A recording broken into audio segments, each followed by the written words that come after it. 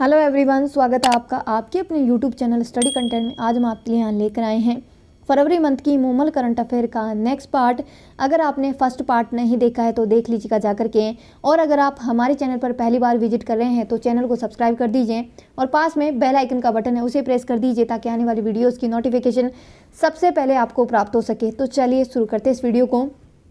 इसमें पहला क्वेश्चन है कि केंद्रीय नवीन एवं नवीकरणीय ऊर्जा मंत्रालय ने राजस्थान को पीएम कुसुम योजना के कंपोनेंट ए के अंतर्गत कितने मेगावाट की अतिरिक्त ऊर्जा को आवंटित करने की मंजूरी प्रदान की है। तो 5000 मेगावाट की अतिरिक्त ऊर्जा जो है राजस्थान को दी जाएगी। कितनी? 5000 मेगावाट की ऊर्जा अतिरिक्त दी जाएगी।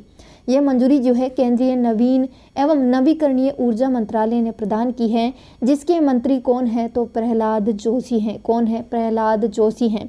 और साथ ही जो हमारी जो राज्य सरकार है वो किसानों को वर्ष 2027 तक कृषि के लिए दिन में भी बिजली उपलब्ध करवाने के लिए प्रयास कर रही है। घटक ए और सी में आवंटित 12,000 प्लस मेगावाट में से 5247 यानी कि 5247 मेगावाट क्षमता के सौर ऊर्जा संयंत्र लगाने में अवार्ड भी जारी किए जा चुके हैं। और इसमें एक और चीज़ याद रखना कि मतलब ये सारी चीज़ें हैं, मतलब अतिरिक्त ऊर्जा जो दी जाएगी इनको, मतलब राजस्थान को, तो वो ऐसे तो है नहीं कि सरकार खुद आकर के सारे सोलर प्लांट वगैरह ये लगाएगी, कंपनियों को देगी, उसके लिए सरकार जो है टेंडर जारी करेगी। तो ये सारा कार्य जो है ये चल रहा है, यही सारी डिटेल यहाँ पर लिखी गई है। और इसमें एक चीज़ ये याद रख लेना कि प्रदेश का सबसे बड़ा जो सेक्टर है पर्यटन जो है उसमें निवेश पाने में 5वें स्थान पर रहा है राजस्थान। ठीक है, बस यही चीज़ आपकी याद करने की है, बाकी कुछ नहीं है।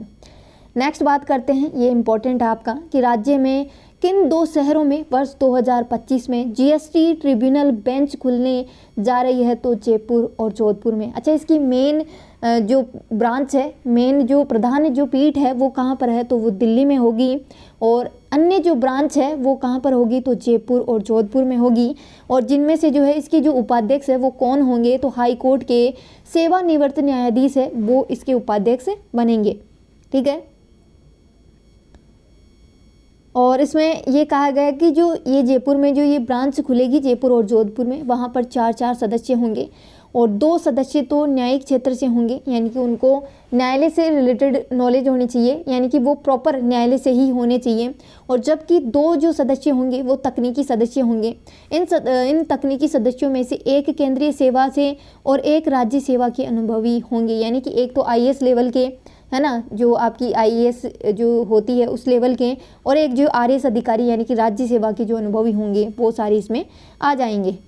नेक्स्ट बात करते हैं। नेक्स्ट क्वेश्चन है कि 14 जनवरी 2025 को प्रदेश के किस स्थान से स्वदेशी मिसाइल नाग की तीसरी पीढ़ी का सफल परीक्षण किया गया है? तो ये किया गया है पोखरण फील्ड फायरिंग रेंज, जो कि कहाँ पर है? जैसलमेर में। कहाँ से किया गया है?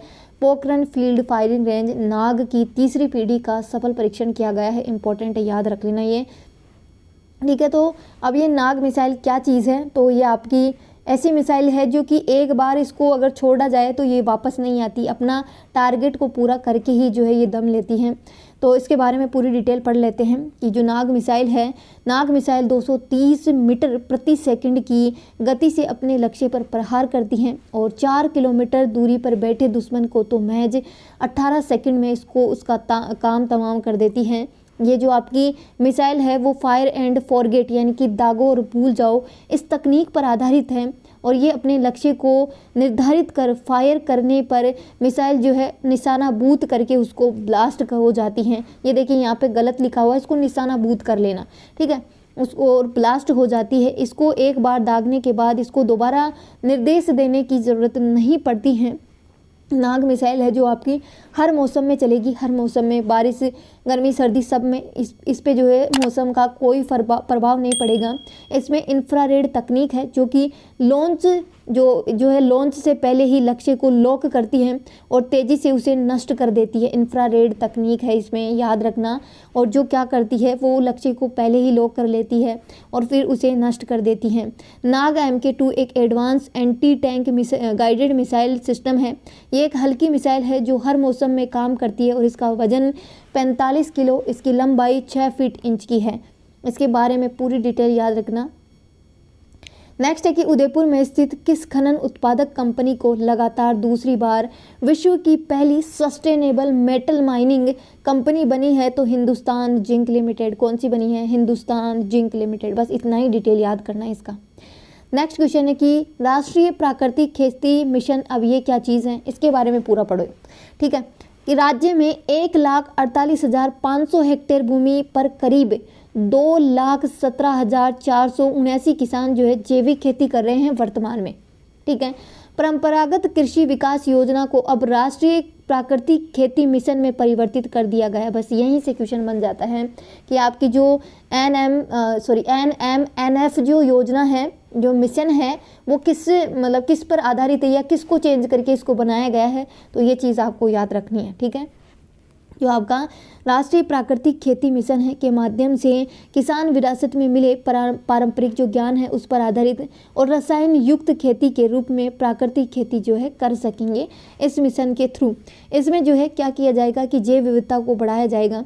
अगले 2 वर्षों में 15,000 समूहों में जो है ये लागू किया जाएगा और 1 करोड़ किसानों को देश भर में प्राकृतिक खेती के लिए प्रेरित करेगी सरकार। साथ ही 7.5 लाख हेक्टेयर क्षेत्र में प्राकृतिक खेती शुरू करने का भी लक्ष्य इन्होंने रखा है। इसी के तहत ये सारी चीज़ें जो है ये इसी के तहत करेगी। इस मिशन के तहत 10,000 जैव इनपुट संसाधन केंद्र BRC स्थापित किए जाएंगे। ये पूरी चीज़ें याद रखना। नेक्स्ट क्वेश्चन है इंपॉर्टेंट, ये भी, मधुहारी क्लिनिक। अब ये क्या चीज़ है? जो 12 गवर्नमेंट हॉस्पिटल हैं वहाँ पर टाइप 1 डायबिटीज़ से पीड़ित जो बच्चे हैं उनको निःशुल्क इलाज जो है इसके तहत किया जाएगा उनका।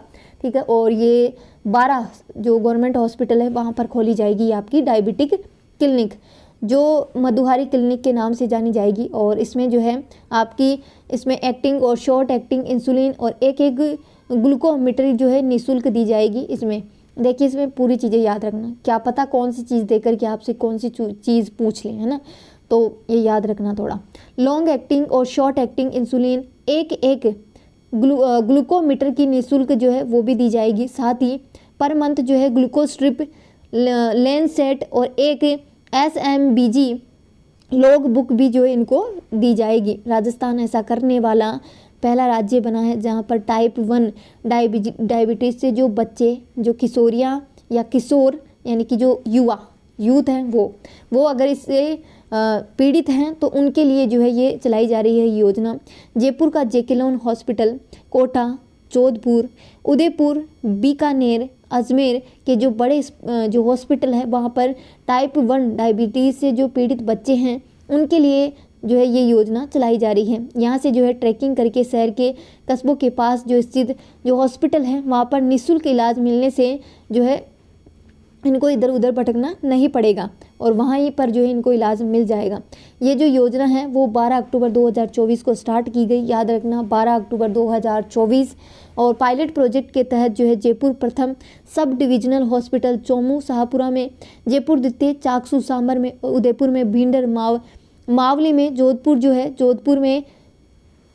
में जिला अस्पताल है पावटा में और पिपाड़ सिटी में, ओसियान में, नागौर में जिला हॉस्पिटल है नागौर, सब डिविजनल हॉस्पिटल है जायल एवं डेगाना में। टीबी उन्मूलन के लिए वयस्कों को BCG का जो टीका लगता है लगाने के लिए पायलट प्रोजेक्ट में जो पायलट प्रोजेक्ट है उसमें राज्य का जो भीलवाड़ा और झुंझुनू जिला है वो इसके लिए चुना गया है। अब देखें इसमें 2 चीज़ आई हैं, एक तो आपका है BCG यानी कि टीबी के उन्मूलन के लिए और एक आया है आपका कौन सा, ये डायबिटीज़। अब डायबिटीज़ इसके बारे में मैं पूरा बता देती हूँ डायबिटीज़ क्या चीज़ है। तो आपकी जो डायबिटीज़ है वो कैसे क्या बनती है, तो आपकी जो अग्नाशय है पैंक्रियाज है उसके 2 भाग होते हैं, एक बाहरी भाग होता है, एक आंतरिक भाग होता है। ठीक है, थोड़ा डैप है पर समझ लो इसको क्योंकि ये आपके काम ही आएगा।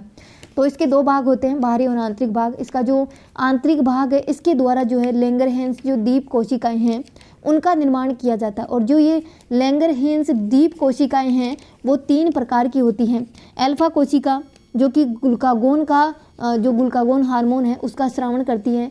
दूसरी होती है आपकी बीटा कोशिका जो कि इंसुलिन हार्मोन का स्रावण करती है और इसी के कारण जो है डायबिटीज़ होती हैं।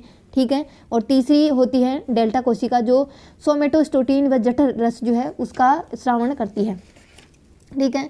अब इंसुलिन होता कैसे या कैसे ये इसको प्रभावित करता है, तो इंसुलिन क्या काम करता है, ग्लाइकोजन को, आपका जो ग्लाइकोजन है उसको ग्लूकोज में चेंज करने का कार्य कौन करता है, ग्लूकागोन करता है।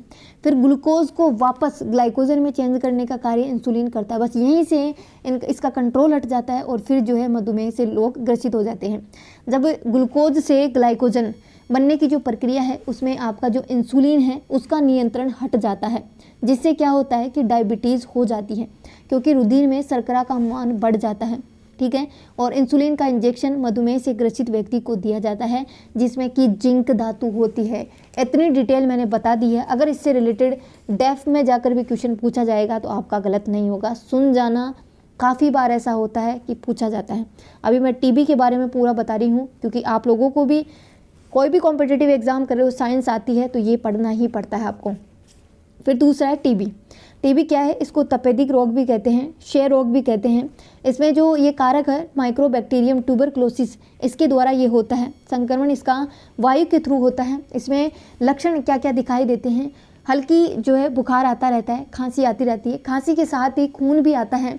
और ये प्रभावित किसको करता है, तो लंग्स को सबसे ज़्यादा प्रभावित लंग्स ही होते हैं। और इसमें जो है उपचार के लिए टीका यूज़ करते हैं। और ये टीका इतनी बार एग्जाम्स में पूछा जाता है, इतनी बार पूछा जाता है कि एग्जामिनर रिपीट कर करके थक गया होगा, पर अभी तक काफ़ी सारे बच्चे इसको गलत करके आते हैं। इसमें टीका है बीसीजी का टीका। कौन सा, बीसीजी का टीका, जिसकी फुल फॉर्म हो जाएगी बैसिलस क्लेमेटिकुलरिन।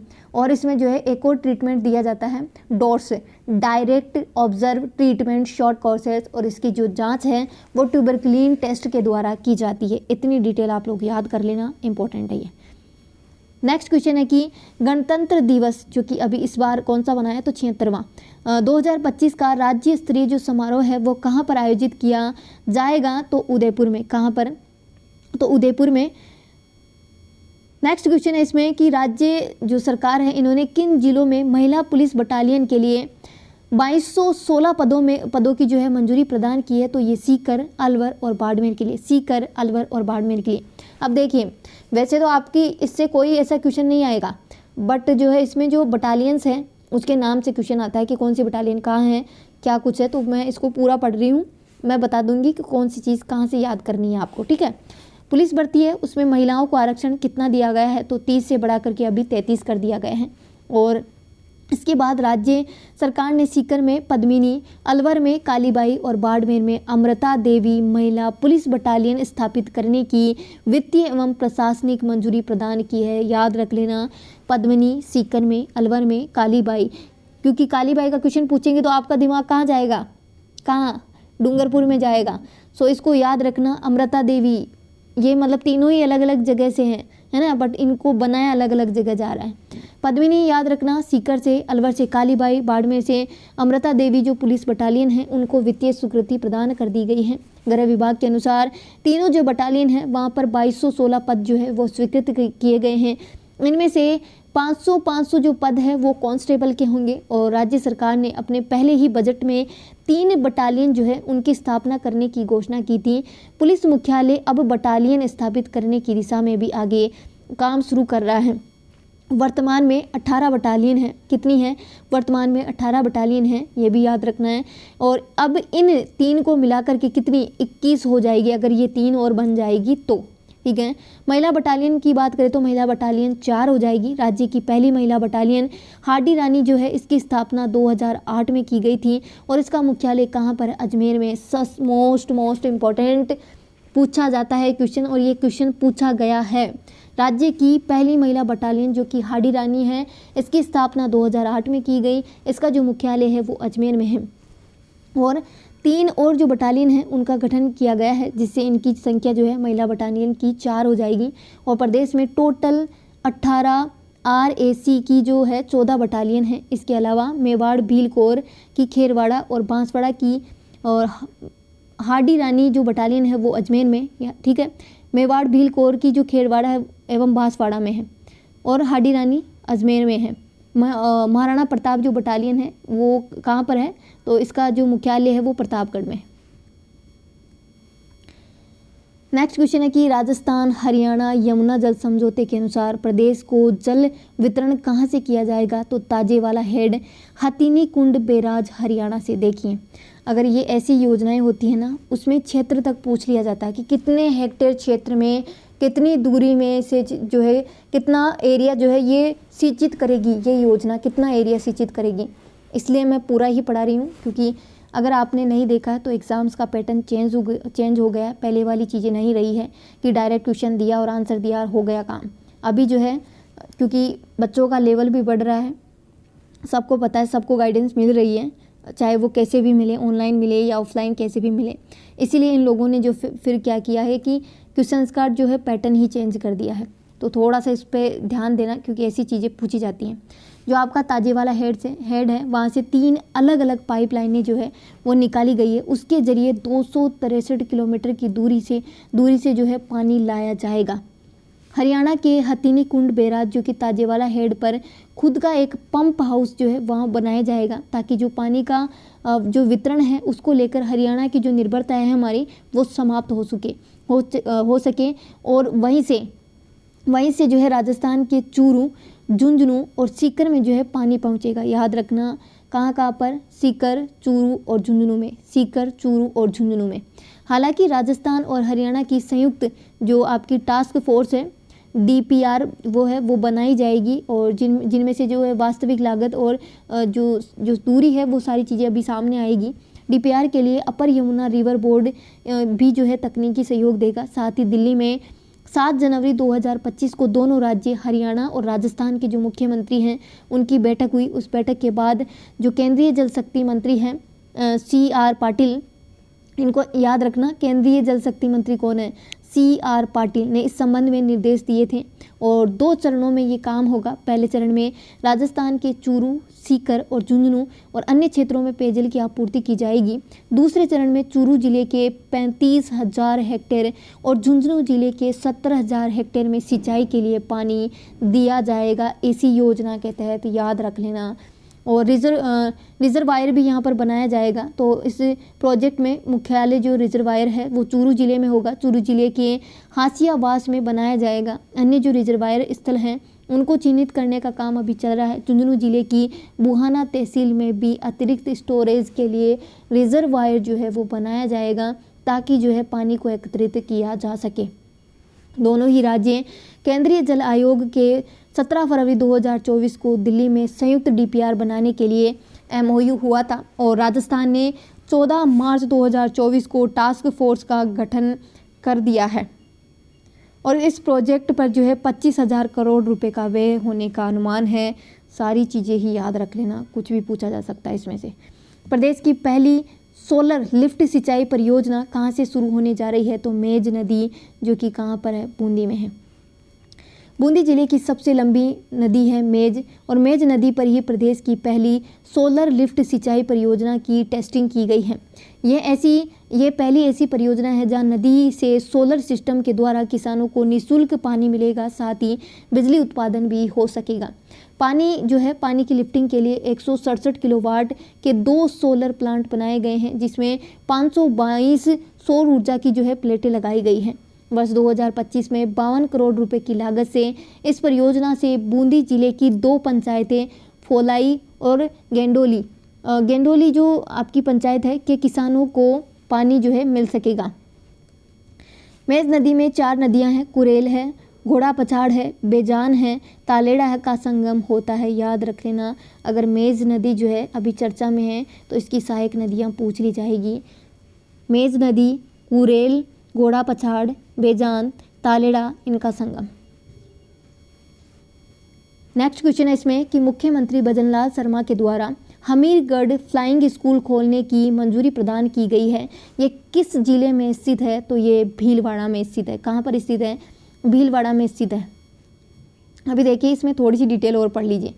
हमीरगढ़ भीलवाड़ा में फ्लाइंग स्कूल खोला जाएगा। इससे जो है युवाओं को प्रदेश में जो फ्लाइंग प्रशिक्षण है उसका मौका मिलेगा। और इस क्रम में जो मंत्रिमंडल है उसने नागरिक विमानन नीति 2024 को भी जो है मंजूरी मिल चुकी है। इससे पूर्व जो है किशनगढ़ में फ्लाइंग स्कूल का लोकार्पण CM जी, जो हमारे CM है अभी शर्मा, भजनलाल शर्मा, इन्होंने जो है अगस्त 2024 में किया था। और इसके अलावा प्रतापगढ़ और बांसवाड़ा में भी नए फ्लाइंग स्कूल खोले जाएंगे। तो याद रखना कहाँ कहाँ पर, भीलवाड़ा में, किशनगढ़ में, प्रतापगढ़ और बांसवाड़ा। ठीक है, किशनगढ़ में तो हो चुका है निर्माण और इसका लोकार्पण भी कर दिया गया है। बाकी जो है आपके उसमें प्रतापगढ़ और बांसवाड़ा में भी बनेगा और भीलवाड़ा में भी जो है खोलने की मंजूरी प्रदान की गई है। नेक्स्ट है कि 7 जनवरी 2025 में सीनियर नेशनल वॉलीबॉल चैंपियनशिप का आयोजन कहाँ हुआ है? तो SMS स्टेडियम, जो कि कहाँ पर है? जयपुर में। कहाँ पर है? जयपुर में है। इस चैंपियनशिप का उद्घाटन केंद्रीय मंत्री है गजेंद्र सिंह खींवसर, इन्होंने किया है। राज्य खेल मंत्री राज्यवर्धन सिंह राठौड़ के द्वारा किया गया।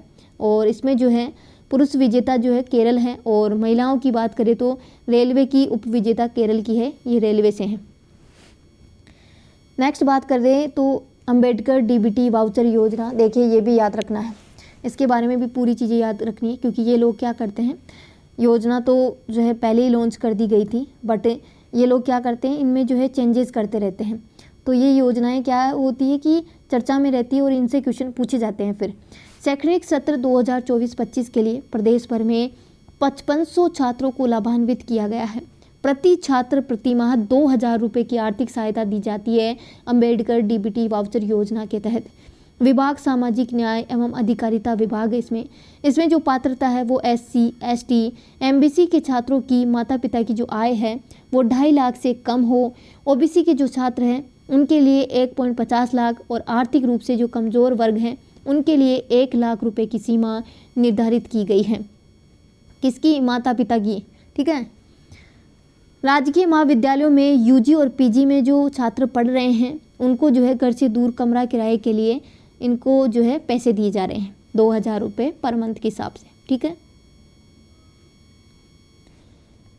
नेक्स्ट क्वेश्चन है कि 16 जनवरी 2025 को राज्य के मुख्य निर्वाचन अधिकारी नवीन महाजन के द्वारा किए गए राजस्थान स्टेट इलेक्शन आइकन घोषित किया गया है। तो नीरज चौधरी है जो कि पर्वतारोही है, इनको जो है राजस्थान स्टेट इलेक्शन आइकन जो है इनको घोषित किया गया है। Rajasthan state election icon Neeraj Chaudhary जो कि पर्वतारोही है, ये क्वेश्चन पूछा जाता है। ठीक है, अभी इसके बारे में भी जो है थोड़ा सा पढ़ लेते हैं। नवीन महाजन है जो कि राज्य निर्वाचन विभाग के मुख्य निर्वाचन अधिकारी हैं, नवीन महाजन। और आपके जो नीरज चौधरी है वो पर्वतारोही है और ग्रीनलैंड को स्कीइंग के जरिए इन्होंने पार किया है। वे जल संसाधन विभाग में अधिशासी अभियंता यानी कि इंजीनियर है। ठीक है, इसका मतलब ये होता है। फिर बात करते हैं भारत आदिवासी पार्टी PAP। अब ये क्या चीज़ है? तो 13 जनवरी 2025 को प्रदेश में भारत आदिवासी पार्टी को राज्य स्तरीय राजनीतिक दल के रूप में मान्यता प्रदान की गई है। वर्तमान में BAP राजस्थान में 1 सांसद व 4 विधायक है BAP से। मोहनलाल रोत पार्टी के राष्ट्रीय अध्यक्ष हैं जबकि राजकुमार रोत बांसवाड़ा डूंगरपुर से सांसद हैं। सीटों के हिसाब से प्रदेश का तीसरा सबसे बड़ा राजनीतिक दल है ये। विधायक है 84, तरियावाद, आसपुर और बागीदोरा से जो है इस पार्टी से विधायक भी हैं। नेक्स्ट बात करते हैं राज्य सरकार के द्वारा शहरी निकायों की सीमा वार्ड संख्या निर्धारण के लिए बनाई गई कैबिनेट सब कमेटी का जो अध्यक्ष है वो किसे बनाया गया है? तो झाबर सिंह कर्रा है, उनको बनाया गया है, UDH मंत्री है। ठीक है, शहरी निकायों के पुनर्गठन के लिए 16 जनवरी 2025 को जो है एक कमेटी का गठन किया गया है जिसके जो अध्यक्ष है वो कौन है? तो झाबर सिंह कर्रा है। इसके जो सदस्यों की बात करें तो सुरेश सिंह रावत है जो कि जल संसाधन मंत्री है, संजय शर्मा है वन मंत्री है, गौतम कुमार दत्त है तो सहकारिता मंत्री है। ये कमेटी क्या कार्य करेगी? तो अक्टूबर 2019 में जो है शहरी निकायों के पुनर्गठन की जांच करना, जयपुर, जोधपुर और कोटा में 2-2 नगर निकायों की आवश्यकता पर विचार करना और शहरी निगमों व वार्डों की सीमा का पुनर्सीमांकन करने का कार्य यही करेगी क्योंकि अभी जिले चेंज हुए हैं तो काफ़ी सारी कुछ चीज़ें जो है अभी होगी, तो सारी चीज़ें जो अभी करंट में इम्पोर्टेंट ही होने वाली है। नेक्स्ट है कि 17 से 19 जनवरी 2025 को भारत सोलर एक्सपो का आयोजन कहाँ किया गया है? तो आपका किया गया है JECC सीतापुरा जयपुर में किया गया है। भारत जो एक्सपो है उसका उद्घाटन लोकसभा अध्यक्ष ओम बिरला, ये एक्सपो वाला क्वेश्चन पूछा जाता है। इस दौरान फ्यूचर इंडिया 2030 का रोड मैप मुख्य आकर्षण रहा। 2030 याद रखना, फ्यूचर इंडिया 2030 का रोड मैप मुख्य आकर्षण रहा। एक्सपो में आधुनिक सोलर पैनल और इन्वर्टर, ऊर्जा भंडारण प्रणाली, हाइब्रिड से जुड़े जो उत्पाद है वो भी प्रदर्शित किए गए। नेक्स्ट क्वेश्चन है कि कर्म भूमि से मातृभूमि अभियान, और ये अभियान चलाया गया है और अभी 15 जनवरी 2025 से इस अभियान की शुरुआत हुई है। सांगानेर जयपुर से केंद्रीय जल शक्ति मंत्री आरसी पाटिल और सीएम भजनलाल शर्मा ने जो है इस अभियान की शुरुआत की है। इस अभियान का उद्देश्य है जो भूजल में जो गिरावट आ रही है उसको रोकने के लिए ये अभियान आपका चलाया गया है, क्योंकि अभी पानी की कमी हो रही है, तो उन्हीं सब चीज़ों को मद्देनज़र रखते हुए ये अभियान चलाया गया है। शुरुआती स्तर पर जो है सिरोही, पाली, जोधपुर, भीलवाड़ा और झुंझुनू और जयपुर में ये अभियान चलाया जाएगा। और ये अभियान जो है कैच द रेन से प्रेरित है, जो प्रधानमंत्री मोदी का संकल्प है। इसके तहत क्या किया जाएगा कि 45,000 रेन वाटर रिचार्ज जो स्ट्रक्चर है वो वर्ष 2027-28 तक जो है बनाए जाएंगे, जो वर्षा के जल को जो है भूमि के अंदर जो है वो संग्रहित करेगा और भूजल स्तर को बढ़ाने का कार्य करेगा। जल संचय जन भागीदारी, इस विषय पर एक संवाद कार्यक्रम भी जल शक्ति मंत्री CR पाटिल एवं मुख्यमंत्री भजनलाल शर्मा ने किया, जिसमें प्रवासी राजस्थानियों से इस कार्यक्रम से जुड़ने की अपील की गई। इसका मतलब क्या कुछ वो होगा, तो PKC और ERCP परियोजना में केंद्र सरकार की और राज्य की जो हिस्सेदारी है वो किस प्रकार होगी, तो राज्य की हिस्सेदारी 90-10 के अनुपात में वे होगी।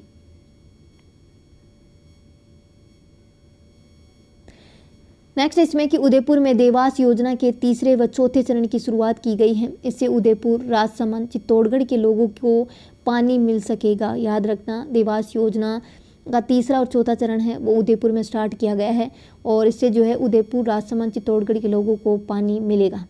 जल संग्रहण विकास घटक जो है 2.0, जल संग्रहण परियोजना में बेहतर प्रदर्शन करने वाले राज्यों के लिए केंद्र सरकार ने 56 नई परियोजनाएं स्वीकृत की है। इनमें राजस्थान भी शामिल है आपकी जल ग्रहण विकास घटक में। और ये जो परियोजनाएं के लिए, इन परियोजनाओं के लिए 700 करोड़ रुपए का प्रावधान किया गया है।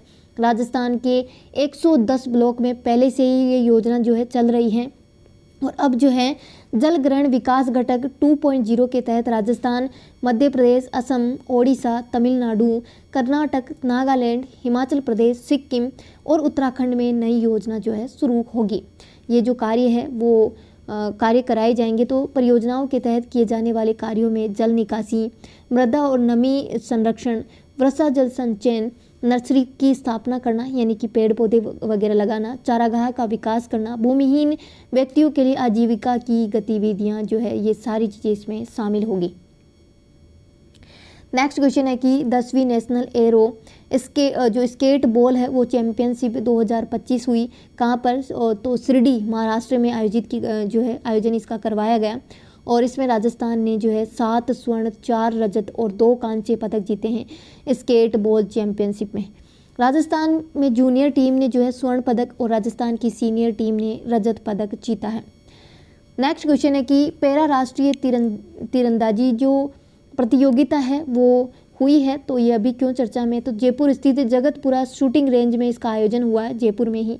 कंपाउंड महिला वर्ग में पायल नाग ने शीतल देवी को हरा करके स्वर्ण पदक जीता है। याद रख लेना, क्योंकि ये शीतल देवी अभी पहले काफ़ी चर्चा में थी, तो अभी याद रखना, इनको हरा करके इन्होंने स्वर्ण पदक जीता है। किसने? पायल नाग ने, जो कि रायपुर ओडिशा की है। पायल मुंह से तीर चलाती है पायल। और ज्योति कुमारी ने कांस्य पदक जीता इसी में। कंपाउंड पुरुष में राकेश कुमार ने जो कि जम्मू कश्मीर से, इन्होंने उत्तर प्रदेश के मोहम्मद सावेज को जो है हरा करके स्वर्ण पदक जीता है। तो पुरुषों में कौन? राकेश कुमार और महिलाओं में पायल नाग है। नेक्स्ट क्वेश्चन है कि 50वीं जूनियर राष्ट्रीय कबड्डी प्रतियोगिता जो कि हरिद्वार उत्तराखंड में हुई जनवरी 2025 में राजस्थान की बॉयज़ और गर्ल्स टीम ने, जो बॉयज़ और गर्ल्स टीम है उन्होंने जो है कौन से पदक जीते हैं, तो ब्रॉन्ज मेडल जीते हैं बॉयज़ और गर्ल्स टीम दोनों ने। नेक्स्ट है कि 7 जनवरी 2025 को नई दिल्ली के इंदिरा गांधी स्पोर्ट्स कॉम्प्लेक्स में आयोजित सीनियर राष्ट्रीय जूडो प्रतियोगिता में ओवरऑल ट्रॉफी विजेता कौन बना है, तो राजस्थान बना है। राजस्थान ने ये जो प्रतियोगिता हुई है इसमें 2 स्वर्ण और 1 रजत पदक जीता है और प्रथम बार ओवरऑल ट्रॉफी जीती है। ठीक है, इसमें राजस्थान से मोनिका चौधरी ने 48 किलो में स्वर्ण पदक, आकाश ने 81 किलो में जो है स्वर्ण पदक और हिमांशु ने जो है 60 किलो में रजत पदक जीता है। नेक्स्ट क्वेश्चन है कि शहरी निकायों की तर्ज पर ग्राम पंचायतों का होगा स्वच्छता मूल्यांकन। देखिए, जिस तरीके से शहरों का जो स्वच्छता का जो रैंकिंग दी जा रही है, अब जो है पंचायतों के आधार पर भी रैंकिंग दी जाएगी और उसके लिए जो है मापदंड भी तैयार किए जाएंगे। और साथ ही जो है प्लास्टिक से निपटने के लिए भी सरकार कुछ कदम उठा रही है। इसके लिए जो है बर्तन बैंक जो है वो खोले जाएंगे। तो कोटा जिले की बोरबास जो ग्राम पंचायत है वहाँ पर बर्तन बैंक बनाया जा रहा है और जिसमें करीब 3000 सेट बर्तनों के होंगे। नेक्स्ट है कि 20 जनवरी 2025 को राजस्थान को सर्वाधिक खानों की नीलामी हेतु कौन सा पुरस्कार प्रदान किया गया है? तो पहला, सर्वाधिक खानों की नीलामी राजस्थान में हुई है, इसके लिए प्रथम पुरस्कार इनको दिया गया है। स्वामित्व योजना है और इसके तहत जो है क्या किया जा रहा है, तो जो किसानों की संपत्ति है उसका स्वामित्व इनको प्रदान किया जा रहा है। इसमें जो है प्रधानमंत्री मोदी ने वीसी के द्वारा राजस्थान सहित 10 राज्यों और 2 केंद्र शासित प्रदेशों में संपत्ति कार्ड भी वितरित किए हैं। इस योजना के तहत 1.5 लाख से भी ज़्यादा परिवारों को संपत्ति कार्ड दिए गए हैं। तो वीडियो यहीं तक है। वीडियो को ज़्यादा से ज़्यादा लाइक करना, शेयर करना, कमेंट करना। ऐसी और वीडियोज़ के लिए हमारे चैनल को सब्सक्राइब करना ना भूलना। जय हिंद, जय भारत।